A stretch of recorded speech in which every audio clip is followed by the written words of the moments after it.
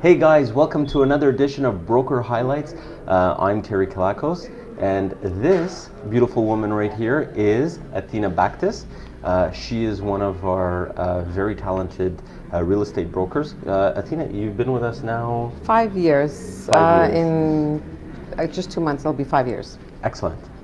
For everyone that's kind of been following what we've been doing, we've decided to do a segment once every few weeks where we're going to be basically highlighting one of our superstar brokers, whether it's on the real estate side, the mortgage side, or the financial planning side. We feel that it's important that the public gets to meet a different side of our brokers, because everyone kind of sees us as very professional, if you will. Yes. But we have a fun side to us, and I think that part of these videos, it's going to help us kind of show the lighter side of our people, and just how awesome they really are, and as well what their backgrounds are. I'm always curious. I actually the last interview that we did with Guy, I actually figured out a couple of things about him that I didn't know, so that was pretty interesting. Mm-hmm. So why don't you start off by telling us a little bit about yourself? Well, I worked in sales in my 20s for about a decade, so I had a sales background before I came into real estate, and a good sales background. We did a lot of trainings and seminars and networking. By about the end of my 9th or 10th year, I had a family. It was a little difficult to be on the road different hours with young kids, so at the time I went into the family business. Which was? My dad and my brother, they had a ship chandler company which was servicing vessels and tankers in the Port of Montreal. Interesting. Interesting, but not a woman's world. I did not go on the ships. Okay. It's just for men. I was office accounting.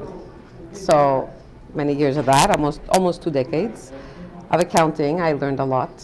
Not that I'm an accountant, not that I like doing all this accounting stuff, but it did teach me a lot on invoicing, collecting, GST, QST, all that, which helps with the real estate. Sure. The sales, with the accounting, you need to know numbers when calculating for your clients, different things.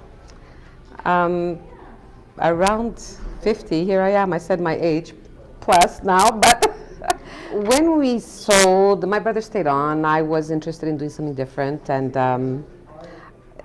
a few years before that, I would bike ride with my best friend, my girlfriend, and we would go through all of Ahuntsic, Saint Laurent, everywhere, and I would always make her stop. Let's look at this house. Let's look at that. And she told me once, "Gee, you're in the wrong business. You should be in homes." I'm like, "Yeah, but I have a family business. I got to be there." So I think that kind of brought me into the real estate part. Was my girlfriend putting the idea in my head that you're always looking at homes. You're always looking at even homes that are falling apart. You're like, "Oh, it's so nice. I would find something nice in it." So that's how I got into real estate. Actually, it's change of careers. Business got sold. I had to figure out what to do, and I went back to school to do this. That's very cool. And what year was that? That was about 19. See, I'm in another century. 2013. 2013. Very Yes, cool. because I'm going into my 6th year. Yeah, so 2013. That's very cool. And I know how you interact with your clients, and all your clients love you, and there's obviously I can't say enough good things about you, and that's why you're here, of course. But you have a very kind of interesting approach with your clients, one that I feel almost that you, and I'm about to say this, and hopefully you don't reach across the desk and punch me for it, but you almost take kind of the role of a mother with them in many cases. I guess a lot of people have told me that. I don't think it's done intentionally. I think it's just my nature. Sure. Even in my family, they keep saying that. "Oh, you're always mothering everybody." I mother all my kids' friends. I think it's just natural. It's not something I go out to do. And actually, other people have told me I'm good on one-on-one. I like people. So one-on-one, I can get very, like you say, motherly, and they become my friends, and I take care of them. I like people, so I like to help them out. Yeah. And along the journey of helping them out, usually we become friends, and we always stay in touch. And that shows with all the referrals and all the, Yes, the the gifts that referrals. you get and Yeah. stuff like that for Christmas. And stuff, which is fantastic. Referrals. I get a lot of referrals, actually. Yeah. I'm pretty happy about that. Excellent. So what, if I was to ask you right now, what is exciting you? We're closing the year now in 2018. We're going into 2019. What's exciting you right now? At this exact moment, I'm excited about closing these 3 files right before we go into Christmas holidays, which I'm probably going to work through the break on inspections, and celebrating the holidays, being with my family. That's going to be fun. Because I've been working so much, I haven't had time to really just have fun with them. Mm-hmm. And then starting the new year. And I know it's going to be a really good year. I see it from my own clients, my own leads, all the work I have lined up. I see it. I know it's going to be a great year. That's excellent. So you're looking forward to, what are you looking forward to in 2019? I'm looking forward to, I don't know, I feel like big changes. I don't know why I feel that. I think it's the amount of work I have, the clients, what's coming up, and I think it's going to bring along some changes also. So I'm going to put you on the spot now. If I was to say, if you were to look back at your career, and I was to ask you what was a defining moment, because for me, when I look back at my journey and I look back at what I've kind of done over the years, I have a few specific things that have happened where I consider them defining moments, where they've basically kind of helped me propel my career, have helped me change the way that I do things. What are some of the defining moments, or what is one defining moment that you could say in your career that has kind of helped you reach the success that you have today? Well, I'm not sure if this is exactly what you're looking for, but earlier on in 2018, in the winter, actually, I had a client who we were looking for months to find him the perfect home. I had done a buyer's consultation, I had his wish list. Everywhere we looked, it was not the home. Like, I know when it's the home, I could see it in their face. Like, when they walk in and it's their face changes. And that's, sorry to cut you off, but you're one of those types of brokers where you're not just going to sell someone a house. Oh no, absolutely just not. Because no. they fall in love with it. No. You actually will take the time and say, no, this is not the right house. Yeah, I will. Yes, I will say that if I feel it. Yeah. Now the rest is their decision, but I'll give them my point of view. So this particular client didn't have a car. We would travel together. Nice. And we became friends. You're traveling in the car for months, a couple of times a week looking at homes. He couldn't find anything. I was getting a little discouraged because I couldn't find him the perfect home. And I really, really wanted to make him happy. So one day as we were coming back from visits, it was a Sunday morning and we had started early because I had an open house on one of my own listings. And as I'm bringing him back, and he was a little down, and I was like, wow, again, we didn't find the right home. I said to him, listen, before I drop you off at the Metro, my listing is right next to the Metro. Do you want to just come and take a look? I don't know, you never know. Like, I wasn't sure if that's what he wanted because he was looking for a house per se in his budget, but this was a condo. Okay. I said, maybe you might like it. You might like it. But I really didn't think he would because he really wanted a house. Right. And he's like, what? Okay, take me to see it. I brought him in. It was just an hour before open house. I saw it in his face the minute he walked in. I was like, this can't be it, because he wanted a house, right? So he walked in and he's like, walks out, he's like, cancel your open house and give him anything he wants. I was like, you want this one? He's like, this is the one. I'm like, I couldn't believe it.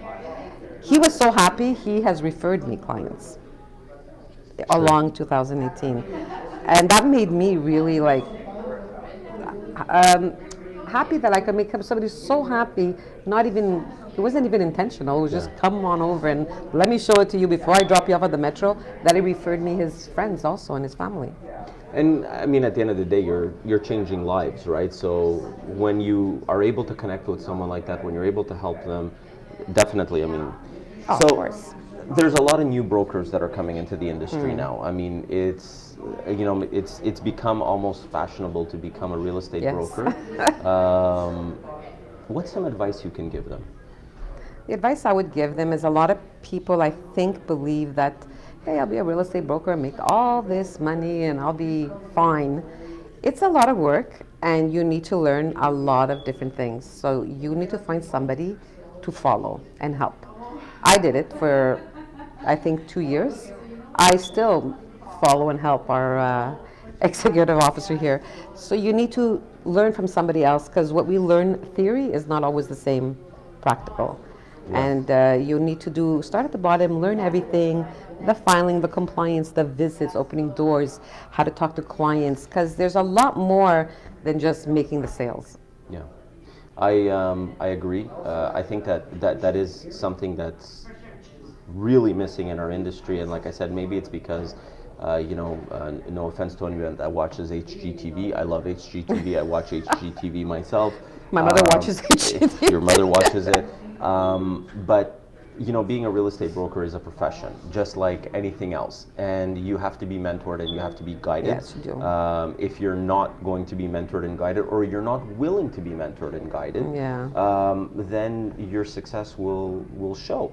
And even whether we're talking about the financial planning side that we have, whether we're talking about the mortgage side or the realty side, we see brokers come and go all the time. And the ones that truly stick around, the ones that are truly successful, are the ones that say, I just finished school, I'm coming into this industry, I want to learn, I'm here to learn, I want to grow, and I want to make money. And they'll set goals, and they'll do their time, and they'll help out, like you said, the executive. Look, you've been doing this for 10 years now, you said? 6, yeah, and 6 years. 5 years here, and I'm still helping out. I'm still following, and I still call and ask questions, regardless, because you're dealing with people's money, a lot of money. You don't want to make a mistake. This is like the most biggest asset they have in their life. You want to make sure the transaction is done properly. I still ask questions. I still come in, or I'll email if it's on a weekend. What should I do in this situation? Like, help me out. You need to do it properly. Yeah. Let's talk a little bit about almost like a work-life balance, okay?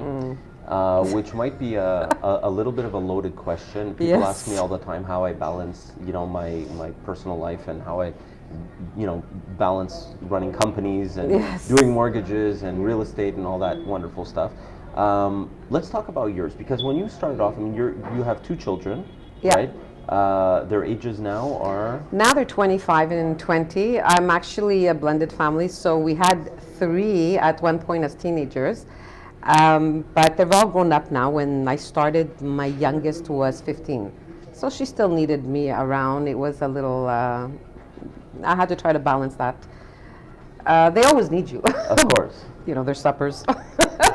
Absolutely. That 5 minutes they want to talk to you. How did you find working as a broker, having to go out at night, show properties on the weekends, on the evenings and stuff like that, when you knew that your family was at home? Because I think that's a challenge, especially for a lot of female entrepreneurs. Yeah, I find it's, You find it tough? How did you deal with it? How did you? The thing with me is they were a little older. I would tell somebody that has younger children, I would tell them the truth, and it's not easy. You really have to have support. You really have to have backup. Someone, your husband, somebody. Mine being older at the time, it was all right, because they were, at the time, 15 and 20. Obviously, I could leave. They're old enough, and they're kind of close, so the 20-year-old would, do what he had to do for the 15-year-old. But it is challenging in other ways too. I have aging parents. Sure. I have children. There's doctor's appointments.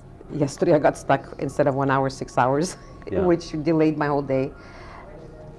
Delegating a lot of things. I know I've always been told I have to find someone to help me, an assistant, and I keep fighting it. Yesterday I actually thought about it, because I was overwhelmed. It was a lot. It was a big day, and I finished like at midnight.